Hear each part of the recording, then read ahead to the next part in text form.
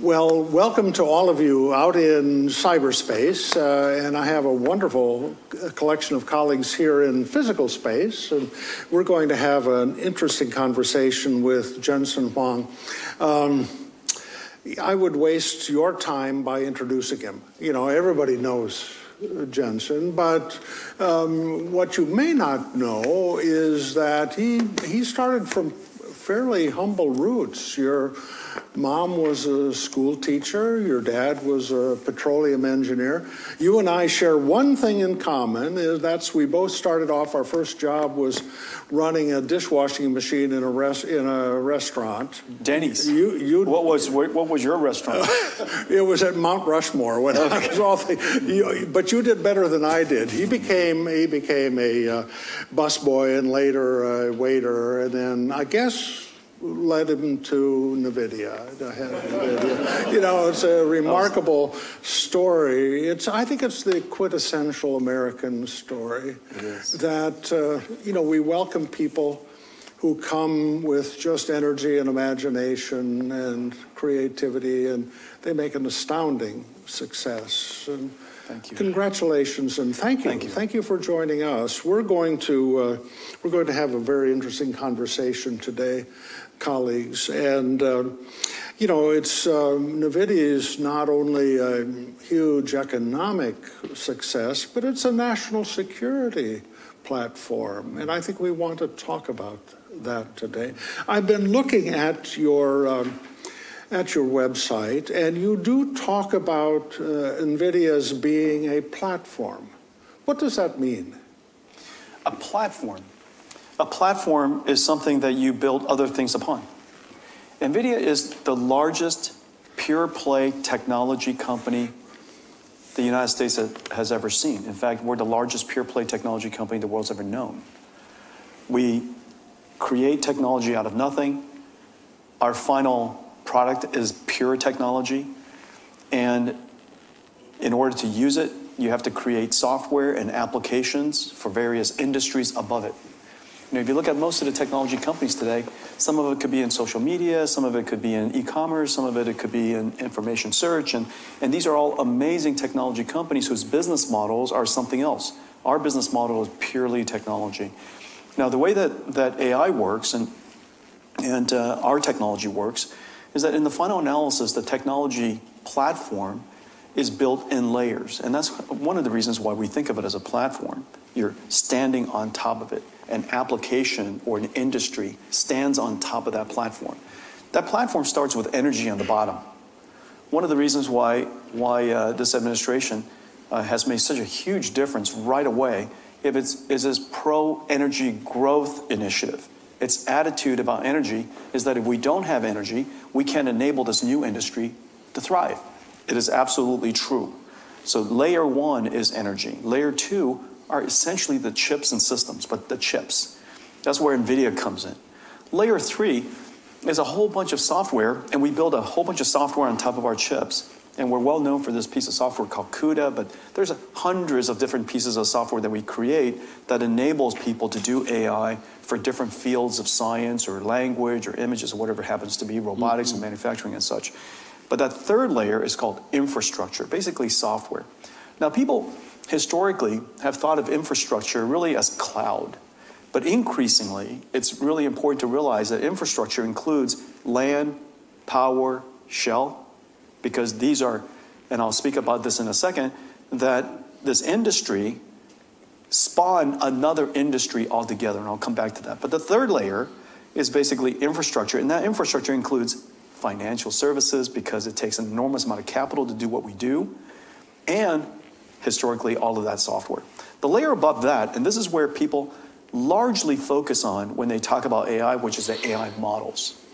This is the revolutionary, of course, ChatGPT, incredible work that Anthropic does with Claude, and Google does with Gemini, and what XAI does with Grok. But the important thing to realize, those are 4 of the 1.5 million AI models in the world. AI is not just intelligence that understands English or language, but it's AI that understands genes, proteins, chemicals, the laws of physics, AI that understands quantum, AI that understands physical articulation, otherwise known as robotics, AI that understands patterns across long sequence of time, financial services, AI that understands longitudinally across multiple modalities, healthcare. And so AI has all of these different reaches and domains.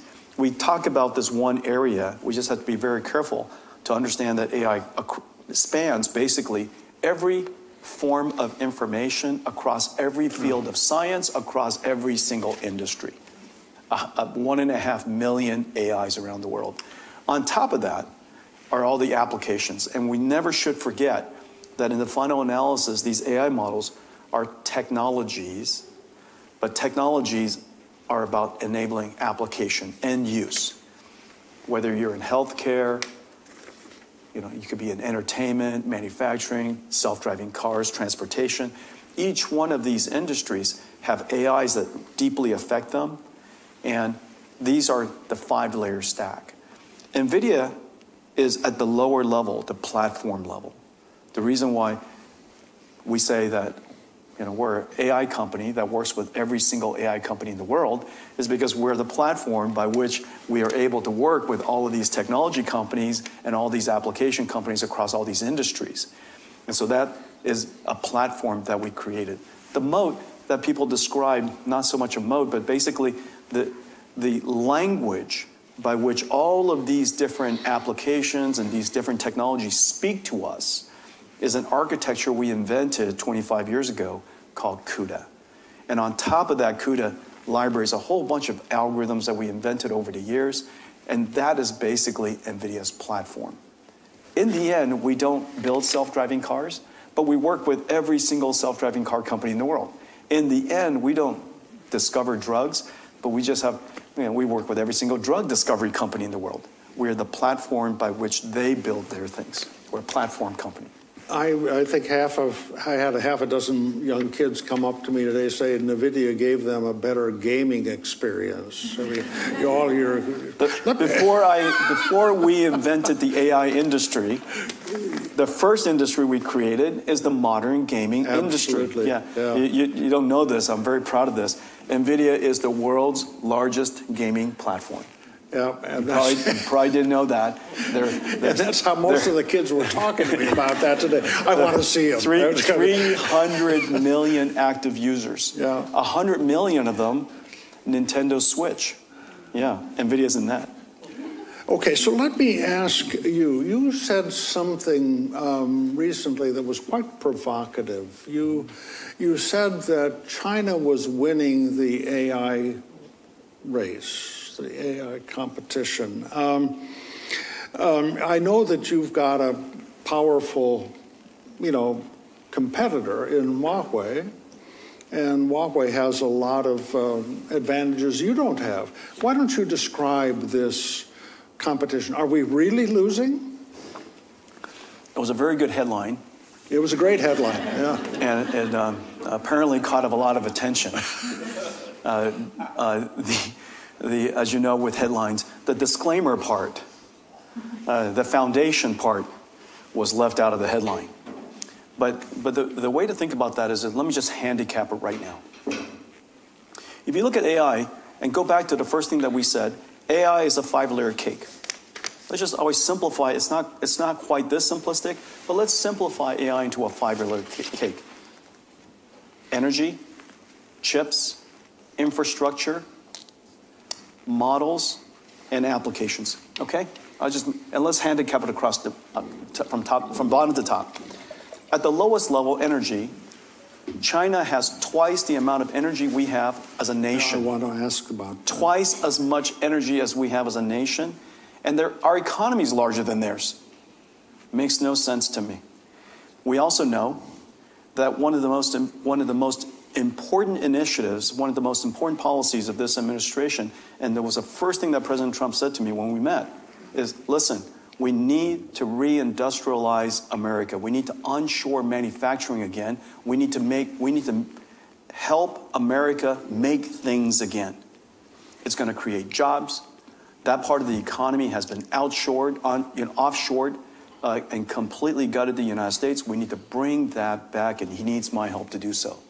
And so that entire sector of the economy is missing. And however, without energy, how do we build chip plants, computer system plants, and these AI data centers? We call them AI factories. We're building simultaneously 3 different types of factories in the United States: chip factories, supercomputer factories, and AI factories. They all require energy, every single one of them. Yeah. And so on the one hand, we want to reindustrialize the United States. How do you do that without energy? And so the fact that we vilified energy for so long, President Trump sticking his neck out and taking it on the chin and helping the country realize that energy is necessary for our growth, is one of one of the greatest things he's done right off the bat. And so now, at the energy level, back to that stack, we're 50%, and they're growing straight up. We're kind of flat right now. And so, number 1, energy. Number 2, chips. We're generations ahead. We are generations ahead on chips, and I think everybody recognizes that. Number 3, infrastructure. If you want to build a data center here in the United States, from breaking ground to standing up a AI supercomputer is probably about 3 years. They can build a hospital in a weekend. That's a real challenge. And so at the infrastructure layer, their velocity of building things, because they are builders, their velocity of building things is extraordinarily high. Now, really quickly on chips, we're several generations ahead, but don't be complacent. Remember, semiconductors is a manufacturing process. Anybody who thinks China can't manufacture is missing a big idea. But China discounts energy costs for a chip company by 50%. That's right. They provide free transportation for employees to come out to the factory. That's right. I mean, you can't do that. I mean, our energy cost is more expensive than theirs in the first place. Absolutely. And then they discounted 50%. And so we're probably call it 4 to 8 times the cost. Yeah. So tell me, how do you feel about this great competition with China? I mean, the government is putting enormous resources underneath their champion. We don't do that in this country. How do you feel about that? Well, before I get there, don't let me not answer that question. I'm dying to answer it. But let me handicap the next 2 layers. The model layer, United States frontier models, our frontier models are unquestionably world-class. We are probably, call it 6 months ahead. However, out of the 1.4 million models, most of them are open source. China is well ahead, way ahead on open source. Now, the reason why open source is so important is because without open source, startups can't thrive, university researchers can't do research, you can't teach AI, scientists can't use AI. Basically, all of the industry around your economy have no ability to fundamentally advance themselves unless you have open source. Without Linux, where would we be? Without Kubernetes, without PyTorch, all of these different types of technologies that made AI thrive are all open source. They are well ahead of us on open source. And then the layer above that, applications. If you were to do a poll of their society and ours, and you ask them, is AI likely to do more good than harm? They're going to say, in their case, 80% would say AI will do more good than harm. In our case, it'd be the other way around. And so that tells you something that's very, very important. Socially, we need to be careful not to describe AI in these science fiction movie ways of describing AI and causing people so much concern. We want to be concerned, but we also want to be practical. AI is about automation. And that area I think that we need to be careful not to fall behind in the application and the diffusion of AI, because in the end, whoever applies the technology first and most wins that industrial revolution. As you know, electricity was invented in the UK, but the United States applied it faster, more broadly, and as a result, look where we are. And so we have to be a little mindful. And so anyways, I just handicapped that stack, okay? Yeah. And I don't think it's important when you're looking at AI not to see it as a holistic thing. It's really not about ChatGPT versus DeepSeek. You have to look at it across all of the stacks and across all of the industries. Does that make sense? It's a little bit more complicated than one simple answer. But do you feel you have a level playing field up against China putting their resources under Huawei?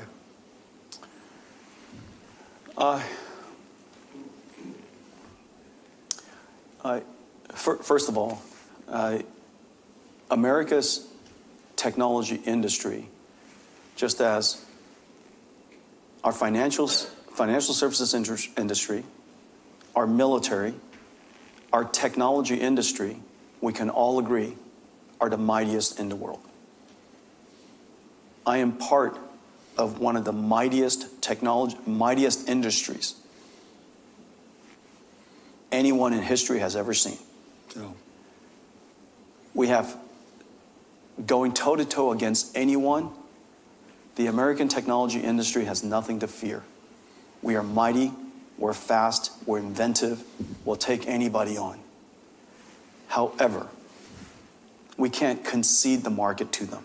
As you know, at the moment, NVIDIA has been banned from going to China. Not to mention, China has banned NVIDIA going to China. Yeah. And so I think we're the first company in history that has been banned on both sides. And so whoever banned us going to China, them and China agree that NVIDIA should not go to. Now, of course, I'm being a little cute here, and I'll be a little bit more nuanced here in a second. But at the moment, we're simply not competing in China. Now, what's going on? We have conceded essentially the second largest AI market, the second largest technology market in the world. I know. China will. It's not. Somebody has said to me, "Well, yeah, okay. Well, we're not in China, but we're going to grow somewhere else. You're not going to replace China." It's just as the world wanting to sell to America and they want to export to America. If they don't export to America, you're not going to replace the United States. We are singular in the world. We are absolutely singular. And so in the case of China, we shouldn't concede the entire market to them. They're formidable, but conceding that entire market, we ought to go compete for it. Having said that, we should also acknowledge that Huawei is one of the most formidable technology companies the world has ever seen. They deserve, although they have a lot of support, whatever support they have, they deserve all of the respect that everybody ought to give them. We compete with this company. They're formidable. They're agile. They move incredibly fast. We said if the United States was not in China, China's AI industry would be set back. Yeah. Absolutely has not happened. As a result, their semiconductor industry has double. You know, the semiconductor industry in the West, around the world, is growing at 20-30% per year. Growing 20-30% per year compounded versus doubling every year compounded doesn't take long to catch up. But, you know, they're starting on second base and we're just going up to the batter's box. You know, they've got a real advantage. And that means we need to think about this. Can I ask you, we, at the G20 summit, Li Keqiang, you know, the premier was there, and he was offering opportunities for countries to be participants with China on AI. We didn't even send a delegation. It doesn't feel like we're in the game. They're smart about technology proliferation. Yeah. If we use 5G as an example, they realize 5G is technology that's also a platform, because on top of 5G, you build all kinds of services on top of it. Well, if you get there first, wherever you get first, if you get there first, just as NVIDIA, I was there 25 years first. And so I had, for a long time, nobody paid me any never mind, so I had lots and lots of time to build up all these ecosystems and applications and relationships and ecosystems, and I connected all this stuff together in all these different fields of industry. I had 25 years to do it. In the case of Huawei with 5G, they were completely, through policy, completely isolated, people thought, in China. So they had 1 billion phone users all but to themselves. It gave them the opportunity to grow scale. They exported the technology to all of the countries of Belt and Road, and now there's AI Belt and Road. And so they'll definitely diffuse the Chinese technology as quickly as possible, because they understand that the sooner you get there, the sooner you build the ecosystem on top, the sooner you become you become essential part, a dependent part of that ecosystem. Tell me about the Chinese ecosystem they're trying to create. Obviously, it's deep and it's robust, and it has a physical as well as a technological and economic dimension. How do you look at that? Take a step back again. Remember, I think it's like 9 out of the 10 top science and technology schools in the world are now in China. They lead in science and technology in many different fields. This has completely flipped in the last half to a decade. We used to lead most of them. Now they lead most of them. They have a large population of highly qualified students. Absolutely. Number one. Number two, 50% of the world's AI researchers are Chinese. Third, 70% of last year's AI patents are published by China. The ecosystem of AI in China is vibrant, rich, incredibly innovative. They work incredibly hard. This is a country with an enormous might. So that is the ecosystem of software developers. Now, that layer, as I just mentioned, the model and the application layer. All of these scientists, they're sitting at the model and the application layer. And now they're going to take that capability, because the United States is no longer participating in China. We've left China. We're evacuated that market. We've conceded that market. And so now they've got to go build their own. So using these AI researchers, all of these incredible computer scientists that they have, their richness of software capability, and they're going to go build their own complete stack. Once they build that entire complete stack, they'll export it as quickly as you could imagine. And this is the world of what we will find someday if we don't activate. We'll be buyers, not sellers. That's right. Let me ask you now, you're in Washington, D.C. I know you don't look forward to those opportunities, but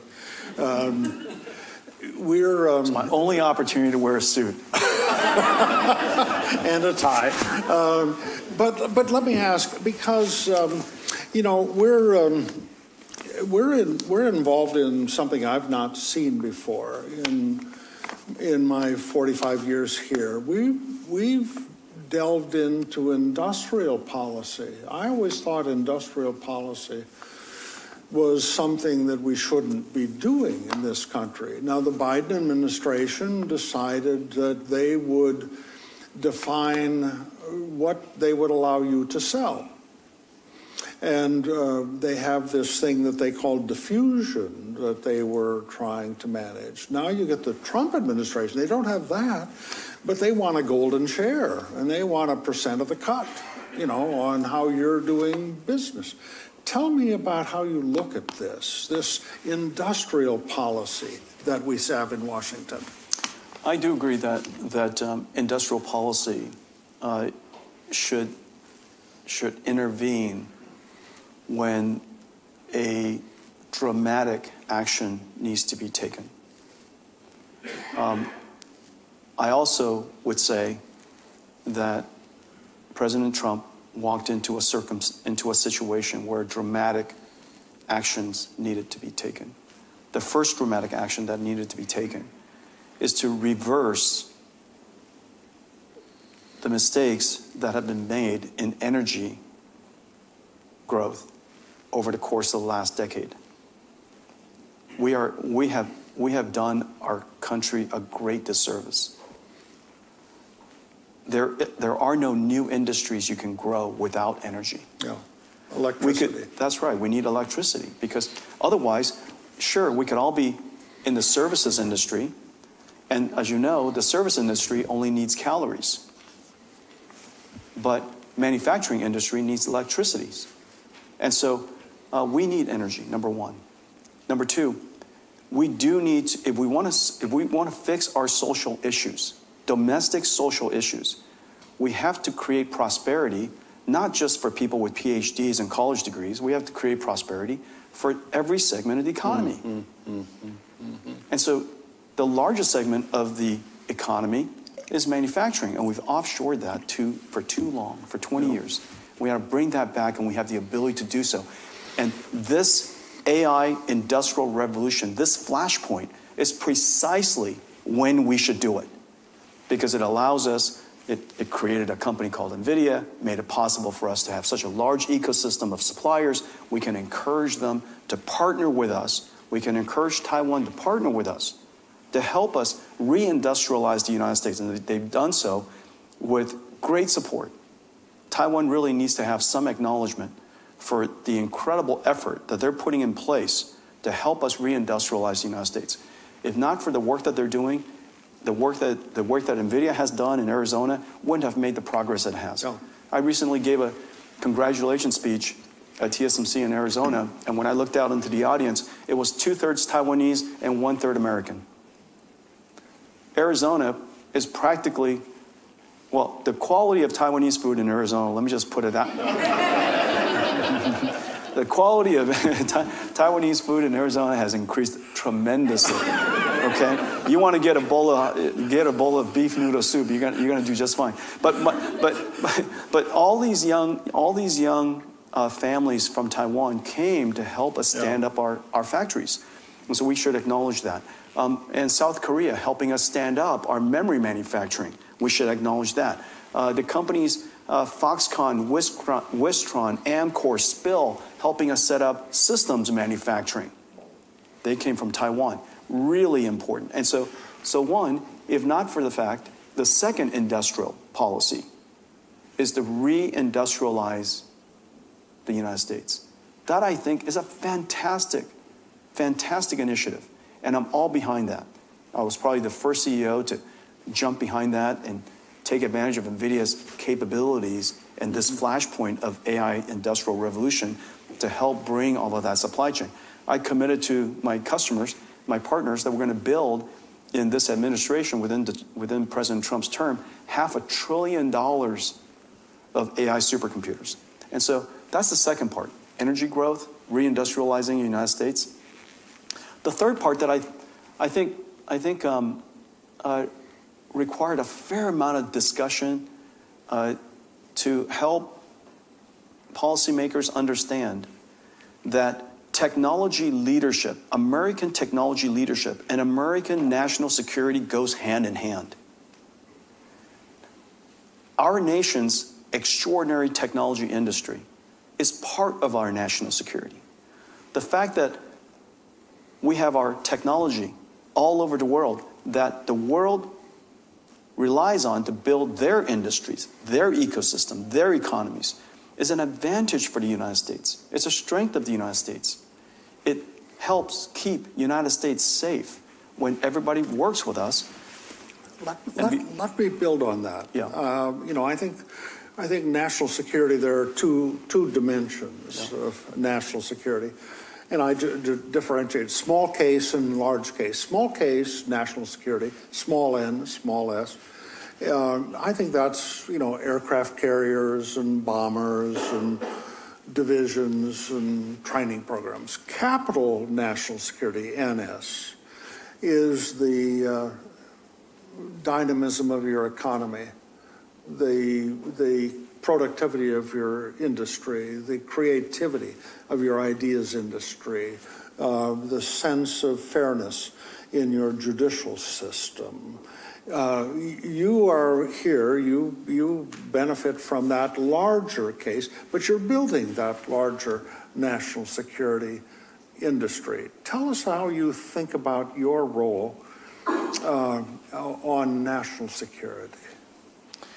Number one, NVIDIA was birthed in the United States. We are a proud American company. We're inventive, we're vibrant, we're at the center of the single most important industrial revolution in human history. This is an industrial revolution in every single way as important as electricity. No. We are going to impact every single industry, every single company. Every country will build it. Every company will use it. We export American technology wherever the United States would like us to export the American technology. This is an extraordinary opportunity for us to make a substantial contribution to our national security. We also know that national security and economic security and economic prosperity go hand in hand. The wealthier our nation, the more we can fund the mightiest military on the planet. And I do believe that it is the case where, because of this new industrial revolution that we've started, we are creating new factories in America. We're creating new jobs in America. And somebody recently told me that we contributed more to economic growth singularly than just about any company in the world today to the American economy. And I believe that that's probably true. And the reason for that is NVIDIA is a multi-$100 billion company supporting multi-$100 billion companies going after $1 trillion of industry.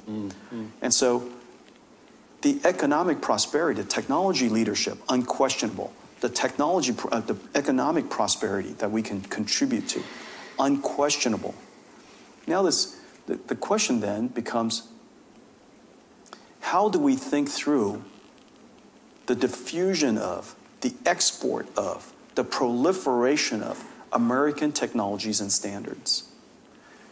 We should, of course, number one, safeguard our national security, the little n, little s, to ensure that adversaries don't have access to sensitive technology or advanced technology that we don't need them to have access to. We should, number two, ensure that American companies, American technology companies, through partnership with us, have the benefit of the best and first. But then after that, after number one and number two, we should also proliferate American technology standards, compete around the world, fuel this flywheel of funding our R&D so that we can continue to be the mightiest technology industry in the world, so that we can fund the mightiest military in the world. And all of that, I think, goes hand in hand. Several times, Chairman Huang, you've talked about energy as being a pacing problem here. We, when we invented LED lighting, we just lost the demand signal, and half of our electricity grid is merchant supplier, and so they don't buy ahead of need. And so we're now really way behind. And you pointed out that China has built out twice the capacity of electricity than has the United States. How big a constraint do you see that as being for our build out for this revolution that you're trying to create? Deeply serious. I think at this point, we have to use every form of energy we can. I believe we can't rely on the power grid. We got to build behind the meter. We obviously need power generation systems. There's no question we should try to encourage and try to accelerate nuclear. We need to have energy growth very, very shortly. In the meantime, we're advancing our technology so quickly. No company our scale has ever introduced new generations every year. And when I say we just ship a new chip every year, people, when people, because there's so many gamers in the world and they've known me for so long, and when they think about what NVIDIA builds, they think it's a module that looks like a gaming graphics card, our GeForce graphics card, and they plug it into their PC. Well, a GPU for AI centers, AI data centers, that GPU weighs 2 tons. It has 1.5 million parts. It consumes 200,000 watts. It costs $3 million. Every so often somebody says, these GPUs are being smuggled. I really would love to see it.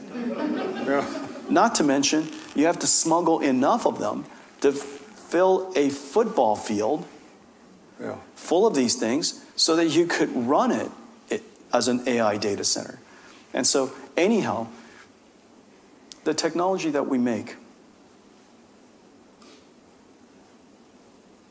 each year allows us to increase the performance at about the same power by many times. And let me just pick a number, say 5 times or 10 times each year. As a result, our energy efficiency improves by 5 times or 10 times each year. But the problem is this. We're at the beginning of this technology build-out. I'm improving the performance by a factor of 10 times each year, but demand is going up by a factor of 10,000, 1,000,000 times each year. AI is getting more compute intensive, the adoption's going way up, I've got all these exponentials. And so we're going to keep chasing this. We're going to be completely dedicated to advancing the technology as fast as we can. But the bottom line is we need energy.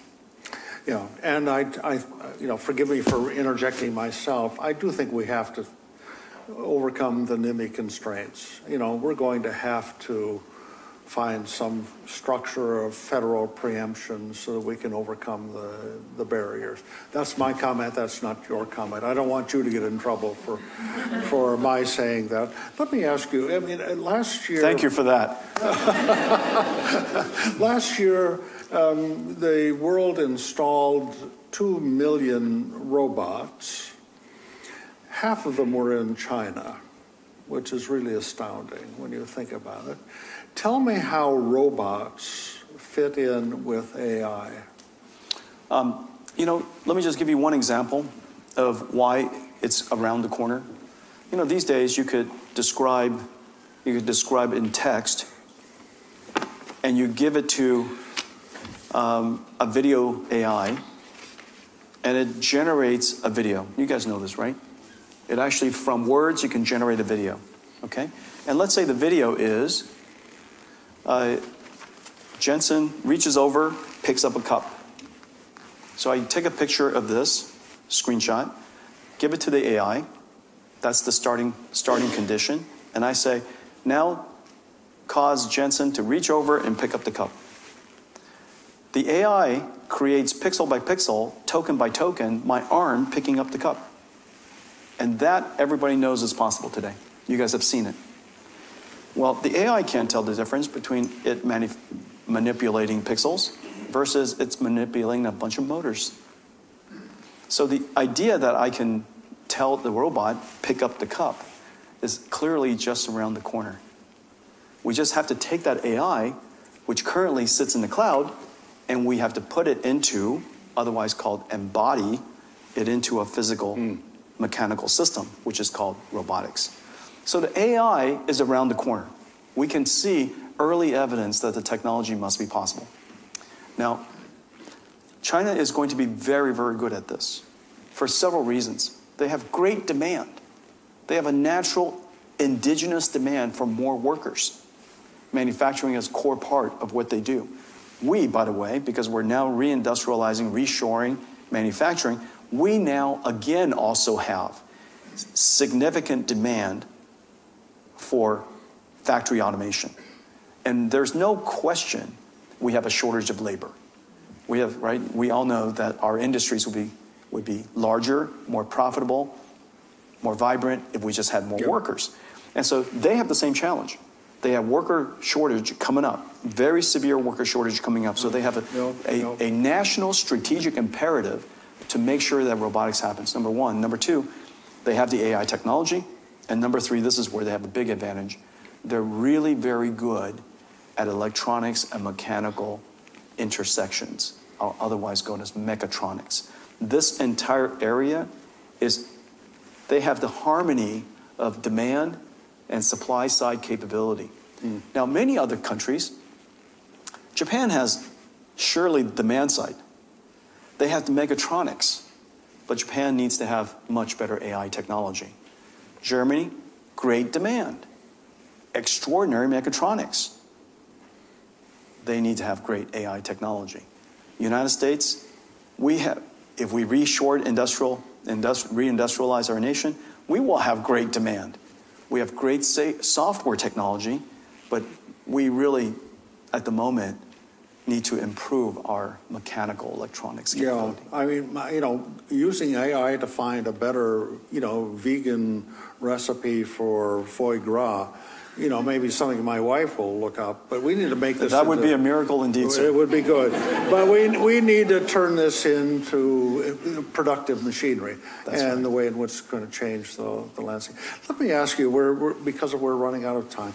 I was talking to a friend of mine who's a dean of a major research institute, and I asked him, I said, how is your faculty dealing with AI? And he said, well, the engineering faculty is excited. They really think this is fabulous. He said the science faculty is really curious, and they think it potentially opens up real opportunity. And the humanities faculty thinks it's the end of the world.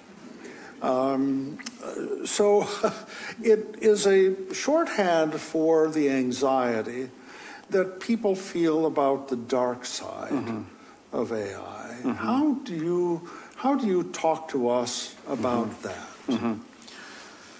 Let me start from the end. There's no question that everyone's jobs, profession, will be affected by AI. Because the tasks within our jobs are going to be dramatically enhanced by AI. Yeah. Some jobs will become obsolete. New jobs are going to be created, and every job will be changed. So I used two words just now, and it's really important we think about these two words very differently. One is task, the other one is job. Now, it turns out, I think it was something like 7, 8 years ago, a very important AI scientist, maybe the most important AI scientist, declared the first application for AI will be radiology, because computer vision was the first breakthrough.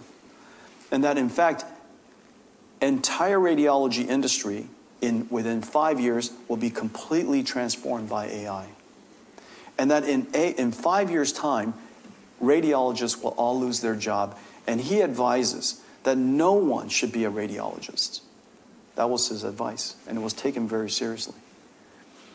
Now, some 5, 6, 7, 8 years later, every single radiology platform has been completely transformed by AI. 100%. Every single radiology platform. The number of radiologists has increased. The question is why? And the reason for that is because, as it turns out, studying the scans, studying the images, is the task of a radiologist. The goal or the job of a radiologist is to diagnose disease.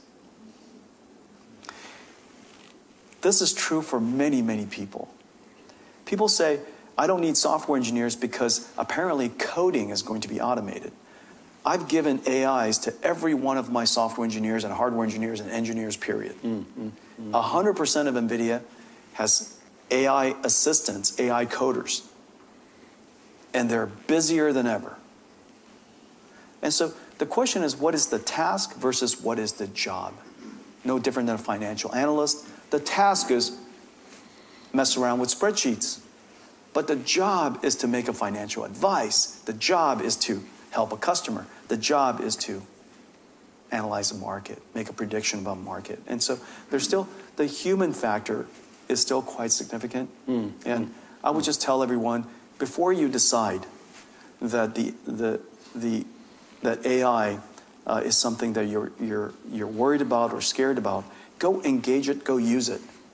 And even in the humanities, the fact of the matter is, as without, with AI today, my writing has improved. I don't think the quality is. It still writes in my taste and my ways, but my speed of writing has dramatically improved. Yeah. Well. And so I'm more productive today. I'm still writing the original pieces. I still have to write the original voice. I still have to create the original thought. Still has, but every so often, as you know, when we derive other speeches out of other previous speeches, the concepts are very similar, but the content, the delivery, the context is so different. We now can use AI to help us regenerate the first draft. So for me, for the humanities, I would just say original thought, original writing, your taste, made with human hands, are still always going to be valuable. I went in for an MRI recently. My wife said, make sure you take a picture. I don't think there's a brain up there, but I'd like to see it if you could prove there's something.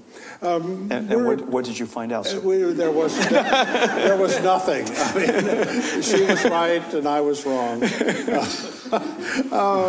We're coming to the end, and you're in Washington. You don't. This isn't always a joyful experience to come to Washington, but share with us what your thoughts on how we should think about this remarkable revolution that's appearing in your world. You're leading it. We're going to experience it. We're probably going to try to regulate it. We don't know how to do that. Tell us just a little bit how you think we should be anticipating this and thinking about our future. There are many, of course, that we spoke about many different things that Washington has been extraordinarily helpful in already shaping the outcome for our nation. We spoke about industrial policies and how, in fact, a heavy-handed approach was necessary, and it was just in time. It is the case that Washington, D.C. is foreign to me, and I've had the benefit of coming here now since the first time I saw you, our first night, and it's unnatural to me. However, what I can tell you is we all want the same thing. We want America to win. We want America to be the greatest nation in the world. Mm-hmm. We have extraordinary capabilities. It's hard not to be romantic about this country. My parents had the American dream. My father always wanted us to grow up in the United States. He sent us here when I was 9. And they had almost nothing to start a life here. And somehow, through that journey, it worked out pretty good. I'm here with the privilege of leading one of the most consequential companies in the history of humanity. Yeah. And you just can't write a better story than that. Yeah. You can't not be romantic about this country. I'm surrounded by extraordinary scientists. I'm surrounded by extraordinary people. All of our technology partners, the ecosystem that we have here. It is, I don't want to be complacent, but it is a miracle. There's no question about it. And I have the benefit of working with every nation in the world. And so I think we can say for certain that we want the same. We want the same outcome for this nation. It is important, however, that I come here so that I could at least explain what is AI. It's 5 layers. I can explain what is impact. How is it going to evolve? And how certain policies, although on appearance might achieve whatever objectives, that the long-term consequences, the unintended consequences, could be quite dire for the United States. And so I have the benefit of at least explaining it from the perspective of technology, and help advocate for technology leadership so that we could secure our national security. And so I have that benefit, and I'm deeply grateful that the people I get to meet here in Washington, D.C. has always had an open door. And although this is new for me and I'm clumsy at it, I can also say that I'm very grateful that Washington has been very open to me. I know the answer to this question, but I still want to ask it. Are you optimistic about the future? Oh, absolutely. 1,000%. 1,000%. The best of days are ahead of us. I don't have to work. I think I've done, I think that's true.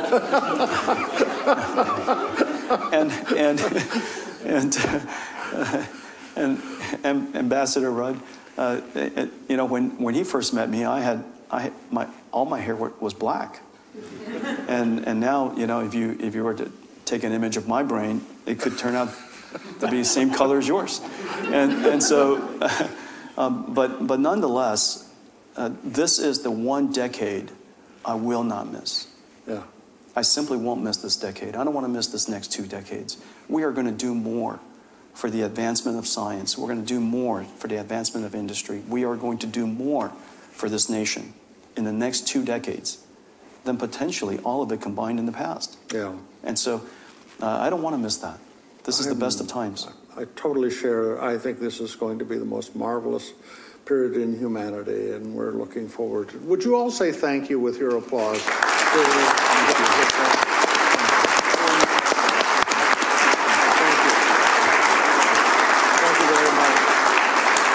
you.